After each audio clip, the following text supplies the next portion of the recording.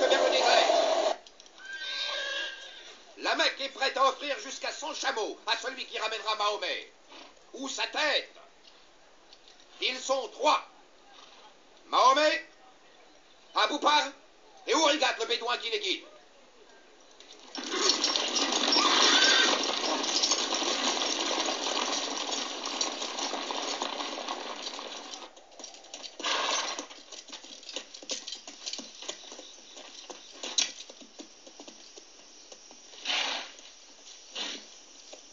Qu'est-ce que c'est?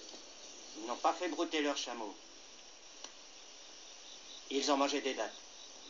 Ils sont bien de la ville.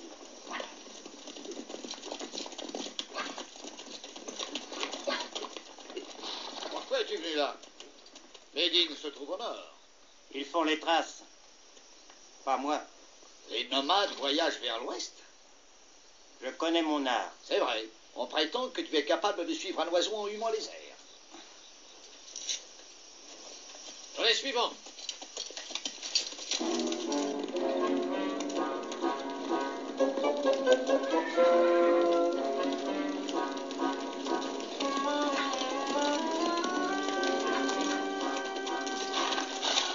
faudrait se trouver dans cette grotte là-bas. Mahomet, sors de ton plein gré et tu rentreras à la Mecque vivant.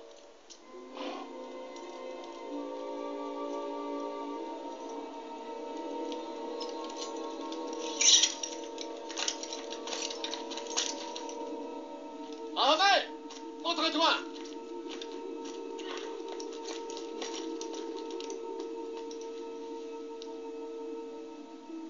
Ils ne peuvent être là. Regardez, cette toile d'araignée est intacte. Et ces pigeons, ils n'y auraient pas construit leur nid? Nous avons eu tort de les suivre. Il fallait choisir le nord. Alors dépêchons-nous. Nous avons encore le temps de les rejoindre.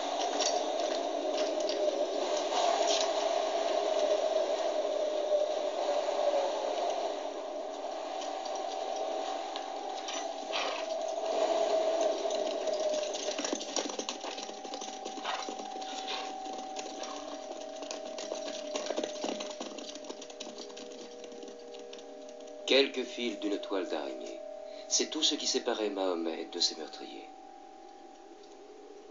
Mais il était celui qui ne pouvait être tué.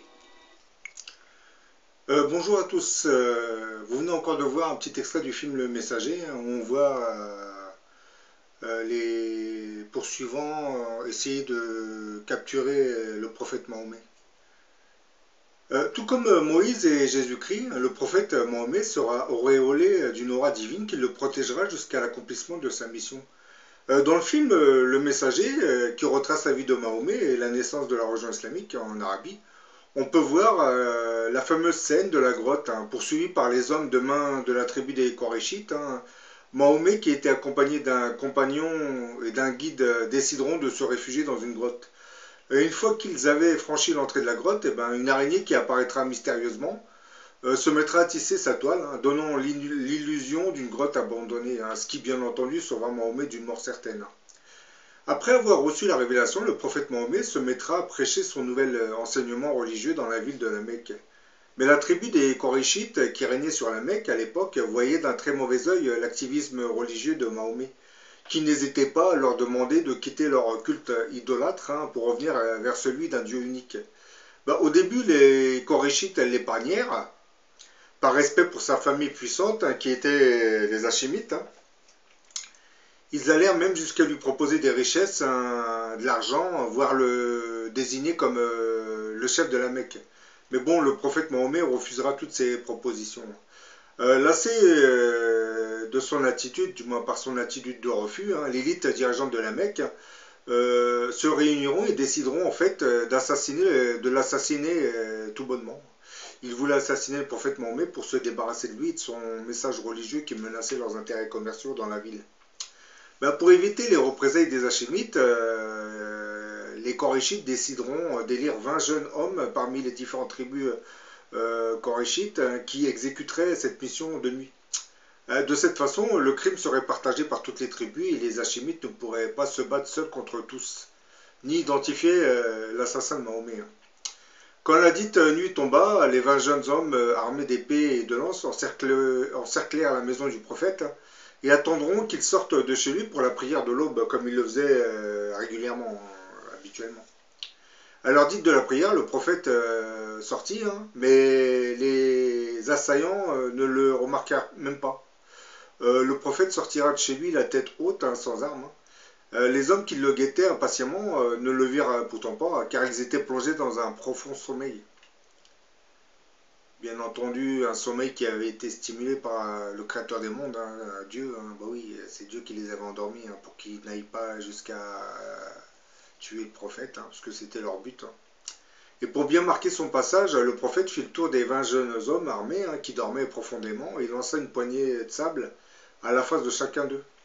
Le lendemain matin, ces 20 mercenaires reprendront progressivement conscience, hein, et ils verront dans quel état ils étaient et se rendront compte que Mahomet avait bien disparu, il n'était plus ici. Dès que le départ du prophète fut signalé, les Korachites se lanceront sur ses traces et arriveront à l'entrée d'une grotte où le prophète et son compagnon Abou Bakr s'étaient réfugiés.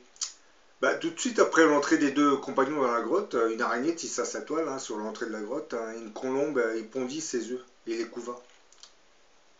Les traces de pas menaient bien à cette grotte, mais visiblement elle n'était pas fréquentée puisqu'une colombe s'y était nichée et que la toile d'araignée prouvait clairement que personne n'y était entré depuis un bon moment.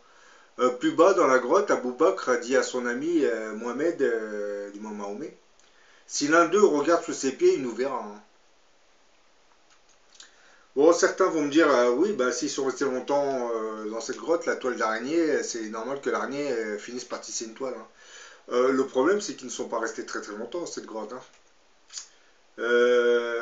L'araignée avait fini par tisser sa toile en une journée. Hein. Et la colombe est arrivée ici comme par enchantement. Hein. C'est comme si on l'avait placée avec ses petits au pied de la grotte. C'est ce qui s'est réellement passé. Puisque la toile d'araignée, comme la colombe, avait été mise là par la main de Dieu pour protéger le prophète. Hein, puisqu'en voyant la toile d'araignée, ses assaillants comprendront que la grotte était vide. Et lorsqu'ils sont repartis à la recherche de Mahomet, celui-ci et son compagnon vont sortir de la grotte et reprendre la route de Médine. Parce que comme vous le savez, l'islam naîtra dans la ville de Médine. Hein. C'est dans cette ville que Mahomet commencera à faire commence à édifier sa religion. Puisque comme je l'ai dit dans une autre vidéo, les Médinois avaient demandé à Mahomet de venir régler une querelle entre deux tribus, mais je précisais que cette querelle en réalité avait été stimulée par Dieu pour qu'ils viennent demander l'aide de Mahomet par la suite. Ils vont l'intégrer dans la ville de Médine et il commencera à prendre de plus en plus de pouvoir. Parce que comme c'était lui le prophète, c'est un peu logique qu'il prenne de plus en plus de pouvoir. Il était missionné pour accomplir un travail bien précis, c'était celui de faire naître une nouvelle religion. Pourquoi faire naître une nouvelle religion? Vous me direz, certaines personnes me diront, mais on avait déjà le judaïsme et le christianisme. C'est que ce sont deux religions qui n'ont pas vraiment accompli leur mission, parce que le judaïsme, comme vous le savez, les Hébreux ont tendance à se détourner de la vraie foi et s'orienter vers des cultes idolâtres. Hein.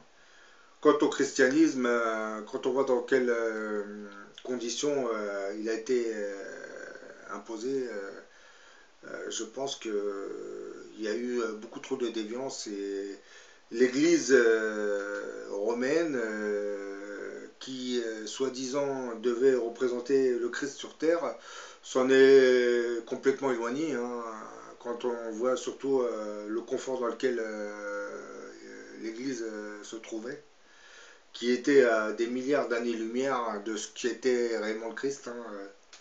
Quand on voit l'aisance dans laquelle vivaient les archevêques, le pape, les archevêques et les évêques, on ne peut pas vraiment dire qu'ils représentaient vraiment le Christ sur terre. Hein. Ils représentaient une certaine vision de l'aisance et de la bourgeoisie. puisque comme ils étaient affiliés aux monarchies, ils profitaient de leur situation pour vivre assez aisément.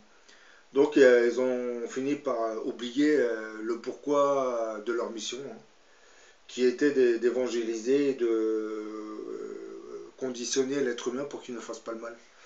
Je dirais que c'est une mission qui a été plus ou moins ratée, hein, par le christianisme, hein, puisque comme je l'ai dit dans une autre vidéo, quand on voit ce qui s'est passé pendant les guerres en Europe, on ne peut pas dire que l'Église a réellement fait son travail, hein, puisque les puissances européennes se sont souvent livré la guerre, hein, et en connaissance de cause, hein, puisque comme c'était des nations chrétiennes, ils se faisaient quand même la guerre. Donc le message christique n'était pas vraiment passé, hein. Et puis je pense que l'Église avait tendance à faire ses petites messes sans vraiment convertir les gens, les convertir réellement. Bon, je vous dis à la prochaine pour une autre vidéo.